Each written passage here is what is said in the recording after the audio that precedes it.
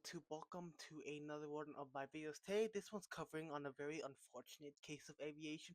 This one covers on the very unusual disappearance of flight MH370 that was going away from Kuala Lumpur, Malaysia.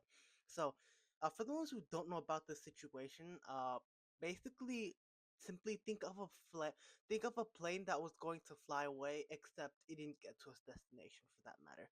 The big thing here is that the big thing here is that there were multiple communication systems turned off, and whilst in the middle of the flight, I don't know what happened, but apparently they turned off. I'm not sure if that was the pilots or the attendants, or maybe someone hijacked the plane.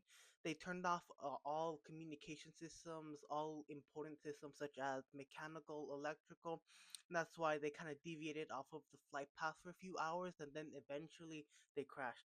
And what's really odd about this is that it in itself is a very odd disappearance. The really big thing with this is that for a few hours away, uh, the plane seemed to keep on going on what was known as similar to the path of the quote unquote seventh arc, especially when all sorts of communications were disabled. So here is my theory on this one. Since due to circumstantial evidence, I think I'm going to form a theory here that yes, I do not believe that the plane was hijacked, but I believe that the flight attendants, or at least the pilots, had something to do with this. Maybe, maybe this. I think that this was something that was intentional. Like they turned off some surveillance stuff, something like that. They turned off several important key communications devices. They turned off comms too. They turned off radio systems, radar systems, electrical systems. And what I think was they deviated off of that path. I think maybe the oxygen, maybe depressurization came in, and that's why I think for a few hours later there was no communication due to hypoxia. Hypoxia means there's a lack of oxygen for that matter. And what I think is that the passengers were definitely knocked out. The pilots too were also knocked out for that matter. And why I think that is because someone turned off. Someone in that plane turned off the important um mechanisms for that matter. The engines, everything that controls the electrical.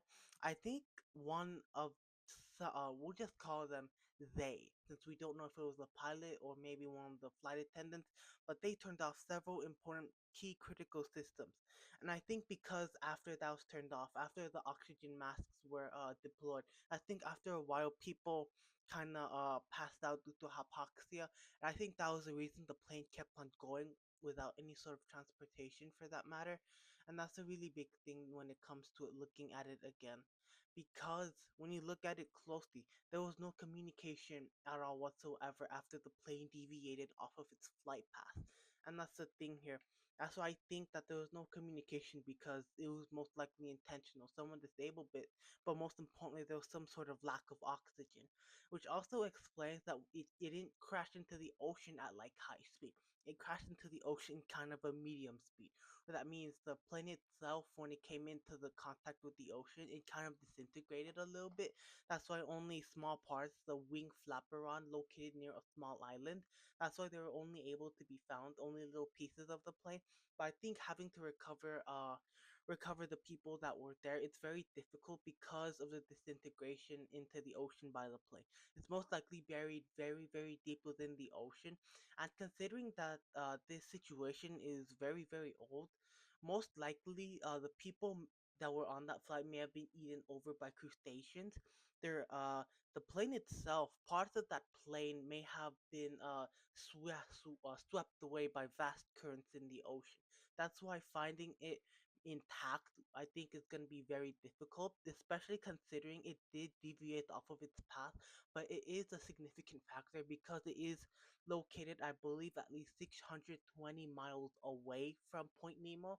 Point Nemo, right here for that matter, is a Point Nemo, think of that is like the most isolated place in the ocean where your closest human contact are satellites for that matter. I believe that was the ISS, I don't remember. But when it comes to it, Yeah, Point Nemo is a significant factor because the plane was supposed to been when they deviated off of that path. They were near that seventh arc, about 620 miles according to the internet.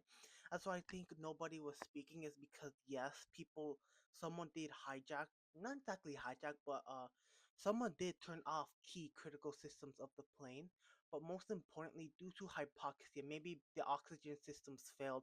That's why people weren't able to communicate for a while, and then that's why eventually the plane crashed into the ocean at medium speed.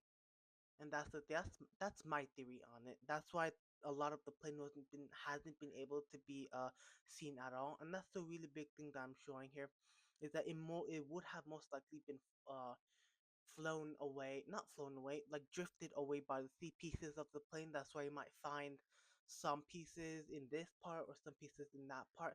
And I know there's definitely this thing too, especially when it comes to luggage, and parts of the plane itself being afloat.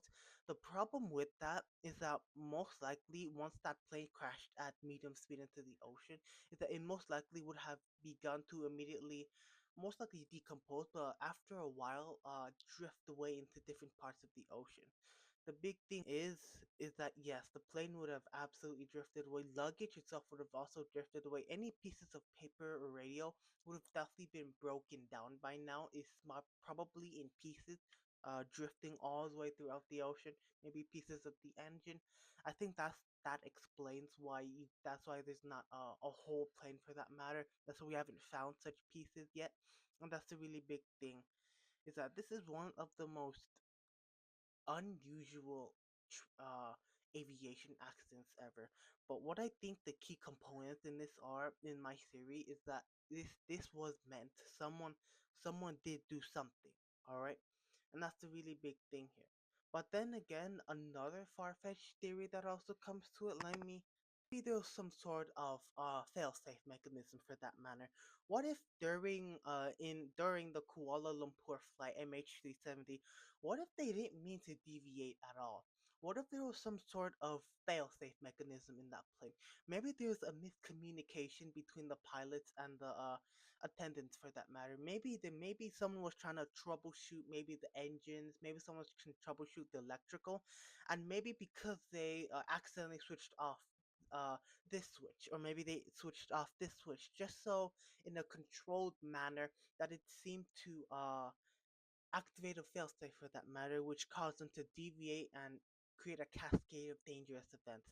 This is similar to the Death Star for that matter, where there was a in the Death Star in the movie Star Wars, where there was a character that in Andor, I believe they mentioned it in, uh, there was there was someone that implanted a weakness within the Death Star for that matter, a fail-safe mechanism for that matter, where in any case, now putting this into the flight now, this also adds, what if there was a very odd combination of switches? Maybe what if there was an odd combination of events that just so coincided specifically to activate that fail-safe manner? What if so that occurred, and then that created the cascade of events, and then eventually the plane crashing away, deviating from itself? Maybe that's why the communication systems were disabled. Maybe because there was some sort of fail-safe mechanism that we don't know. But then again, that's not my theory. My theory is the other one, where someone did deliberately take control of the plane, turn off the systems. But this theory is a little bit of a far-fetched one for that matter. But then again, it does definitely raise that question. What if there was some sort of fail-safe mechanism that we need to cover in that theory? Alright? But then again, my theory, primary theory for that matter, is a one where yes, someone did absolutely manipulate the plane for that matter. They did make systems fail. That's why they deviated off deliberately. That's why they turned off a lot of systems. I don't know for what motive, I don't know how, but that other theory explains a few things online. What do you guys think?